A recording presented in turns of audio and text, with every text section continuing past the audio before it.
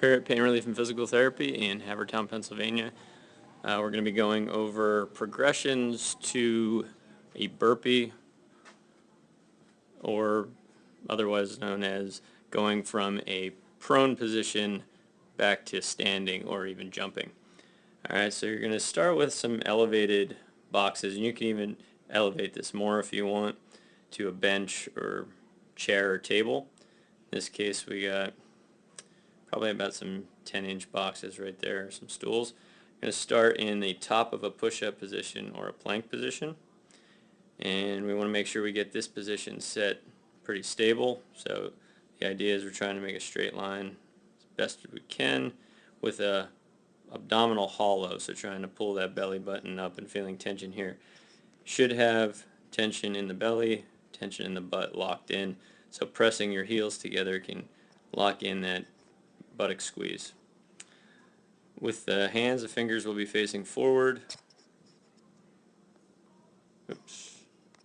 Alright, and then the front of the elbows should also be relatively forward by spinning the shoulders or screwing the shoulders into the socket. Alright, so from there you've got that position locked in. Then you're going to step forward first. Alright, you want to keep this knee wide of the foot, more towards the outer edge of the foot over the third or fourth toe, and then you're going to bring the other foot wide. So now you're in a hip hinge position. So you got these straight lines, these angles, vertical shin, all of that going on. From there you want to stand, alright, and then you just try to maintain that straight line even when you stand. You don't want to overextend in the lumbar spine if you can help it right in that area. So you want to still maintain tension, buttocks and belly. Alright, from there we're going to go back to the high plank position or top of push-up. Make sure you lock that position in place. Don't go fast, especially when you're getting this down, so you can hit that position. Now you're going to jump into that, so instead of one foot and then the other, you get both at the same time, still coming back to that hip hinge. And then you can stand up from there. This time you can reach your hands straight up to the ceiling. Try not to overextend there. I didn't do such a great job. But you want to try to maintain tension, like you're pulling your rib cage downward, pulling the belly button in, and squeezing the buttocks back here. Okay, next movement we go back down.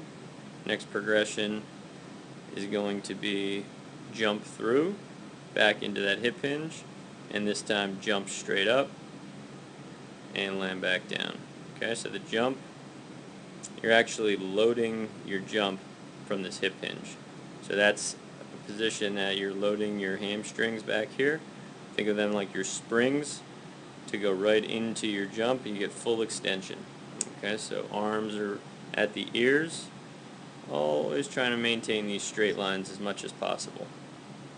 And then you'll land on the balls of your foot, right back into that hip hinge, right back into the next one. So now this last one we're going to add a push-up.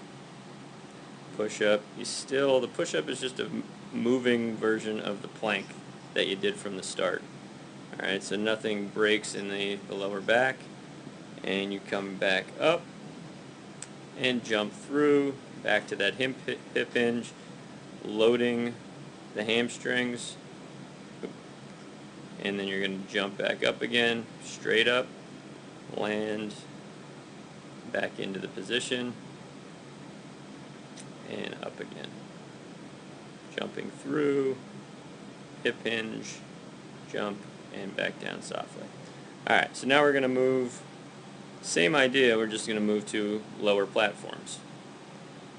Alright, so if you have different steps like we do here at the gym, it's an easy progression. You can document the progression, but around the house you can find odd objects, you can find ottomans that are of different heights, chairs, tables, even couches and steps to try to modify and work on getting lower. Now you have to have more mobility to get into that hip hinge. Don't worry about the fact that the hips are a bit higher here as long as you're keeping that straight line. Okay, you're still loading the hamstrings back here. Alright, and step back first. Go through this a little quicker now. Step forward. Stand up. step back, jump this time, straight vertical, jump back, push up, jump through, full burpee. Alright, and then the final progression is just go into the ground. Nothing changes. You're just adding the push up. You're still trying to hit that hip hinge position each time you come through, so there's a little bit of flexion that's going to happen in the spine. And that's also a mobility issue that I know I have on my part, is the tighter the hamstrings are, the more you're going to get that curvature as you come through. But when you land, you try to get flat as quick as you can to load your hamstrings. That's so key, to be able to load those hamstrings before you jump. That protects your knees. It also gives you more power in your jump, and then you land softly. Okay? And that would be a progression with burpee. So wherever you are, use the appropriate progression and you'll be a lot safer. And it's actually a very functional movement. Alright, so it's not just an excessive conditioning exercise. It does work nicely for conditioning, but it also helps you more functionally go from being on your stomach to a standing position.